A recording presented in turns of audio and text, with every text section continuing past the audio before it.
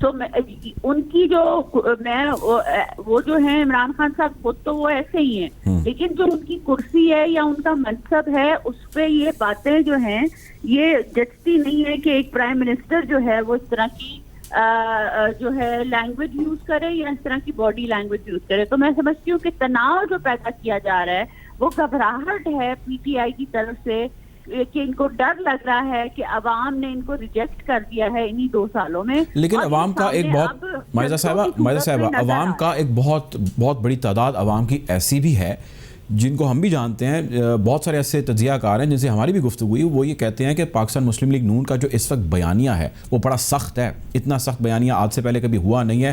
اداروں نے اب کرداروں کے نام لینے کی جو ہے وہ باز گشت ہے. تو آپ کو لگتا نہیں ہے کہ ماڈریٹ ہونا پاکستان مسلم لیگ نون کے لیے بھی ضروری ہے؟ ظاہر ہے اتنی ویٹرن جرنلسٹ پولیٹیشینز ہیں جنہوں نے اس ساری عرصے کے اندر اس ساری گورنمنٹ کو 3 دفعہ کے وزیر اعظم رہے ہیں، انہوں نے اس کو کیری کیا. تو آپ کو لگتا نہیں کہ بردباری سے کچھ چیزوں کو مزید بہتری کے ساتھ ہینڈل کیا جا سکتا ہے؟ کیونکہ پبلک سینٹیمنٹ ایک ایسا ہے کہ جو آپ کے اینالسٹ ہیں ان کو چاہیے کہ یہ چیزیں عمران خان صاحب آبویسلی وہ کرکٹر رہے ہیں تو انہوں نے تو کرکٹ گراؤنڈ میں اپنے منہ پہ ہاتھ مارا ہوگا اور بدلے لینے کی بات کی ہوگی، لیکن جب پرائم منسٹر آفس میں ہوتے ہیں تو پرائم منسٹر تو سارے ملک کا پرائم منسٹر ہوتا ہے نا. تو ان اینالسٹ کو سمجھانا چاہیے یا ان کو ٹریننگ دینی چاہیے کہ پرائم منسٹر جو ہے ان کو کس طرح بہیو کرنا چاہیے. اور جو آپ کہہ رہے ہیں کہ مسلم لیگ نون کا بیانیہ جو ہے وہ صرف مسلم لیگ نون کا بیانیہ نہیں ہے، وہ پیپلز پارٹی کا بھی ایک بیانیہ ہے، وہ مولانا صاحب کا بھی بیانیہ ہے، وہ ساری پارٹیز کا. مولانا صاحب نے تو آج کہا کہ جی ہمیں کوئی آج مولانا صاحب کی اسٹیٹمنٹ، مجھے ایک چھوٹا سا کوشچن پٹ اپ کرنے دیں. مولانا صاحب نے وہ ایک ٹف بیانیہ لے رہی ہے آج مائزہ صاحبہ، مولانا صاحب کی آج کی میں اسٹیٹمنٹ آپ کو کوٹ کر دیتا ہوں. وہ کہتے ہیں کہ ہمیں نوٹسز نہیں چاہیے، ہمیں گرفتاریاں چاہیے. تو آپ مولانا کے اسٹانس کے ساتھ اب کھڑے ہوں گے؟ وہ تو کہہ رہے ہیں کہ جی جو انکوائریاں چل رہی ہیں مجھے اس کے اوپر کوئی نوٹس نہیں چاہیے، ہماری پارٹی کو ہم چاہتے ہیں گرفتاریاں ہوں، ایکشن ہو، سزائیں ہوں. تو کس جی کراچی والے کے حوالے سے انہوں نے کہا ہے کہ جو یہ کراچی کے انسیڈنٹ میں تو آپ بالکل جو ہے وہ اگر ہم تو یہ کہہ رہے ہیں کہ انویسٹیگیشن، اگر وہ کہہ رہے ہیں کہ انویسٹیگیشن ہونی چاہیے تو انویسٹیگیشن کر کے جو ہے جو لوگ ذمہ داران ہیں ان کو جو ہے ان کی گرفتاریاں ہونی چاہیے. اگر یہ فری اینڈ فیئر جو ہے ملک کی بات کرتے ہیں اور یہ مدینہ کی ریاست کی بات کرتے ہیں تو پھر تو یہ ہونا چاہیے نا فیڈرل گورنمنٹ کی طرف سے. جب آپ 5 منٹ میں ایک تقریر نیشنل اسمبلی میں کوئی بندہ کر دے اپوزیشن کا تو اگلے دن اس کو نیب کا نوٹس آ جاتا ہے، تو کیوں نہیں ہے جو ہے انویسٹیگیشن ہو کے جو لوگ رسپانسبل ہیں ان کو جو ہے کٹہرے میں کھڑا کیا جائے. اچھا مائزہ صاحب یہ بتائیں، ابھی آپ نے ذکر کیا نون لیگ کے بیانے کی بات ہوئی اور وہاں پہ میاں نواز شریف کا ذکر ظاہر ہے جب بھی ایسا ہوتا ہے تو ان کے جو واپس پاکستان آنا ہے جو عدالتیں ان کو طلب کر رہی ہیں اس کے حوالے سے ہمیشہ گفتگو ہوتی ہے، ہمارے ٹاک شوز میں بھی ہوتی ہے. میاں صاحب کو واپس بلانے کے حوالے سے ایک خط لکھا جا چکا ہے حکومت کی جانب سے جو ریسنٹلی لکھا ہے اور برطانیہ کے حکام تک آفیشلز تک وہ آج پہنچا ہے، جس کی آفیشیل کنفرمیشن بھی آیا. فائنینشیل ٹائمز نے اس سٹوری کو آج پبلش بھی کیا اور تمام چینلز اس کو ہیڈ لائن کے طور پر چلا رہے ہیں.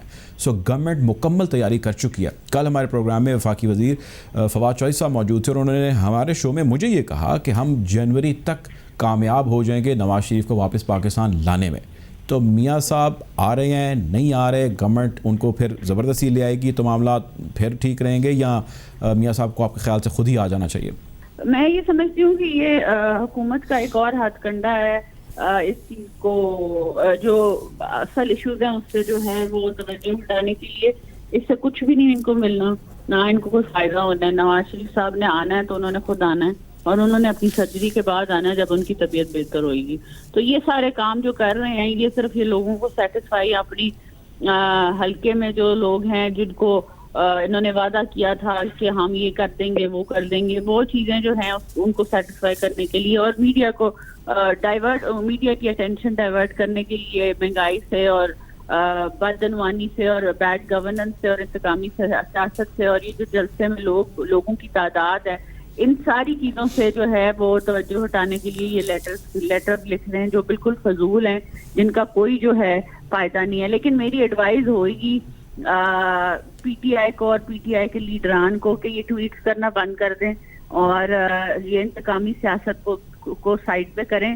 اور اگر انہوں نے گورننس پہ جو ہے دھیان نہ دیا تو ان کا بہت برا حال ہونے والا ہے. بہت شکریہ جی. ہمارے ساتھ موجود تھی مائزہ حمید صاحبہ، پاکستان مسلم لیگ نون کی سینئر رہنما. وقت ہو جاتا ہے ایک بریک کا، بریک کے جانے پڑتے ہیں.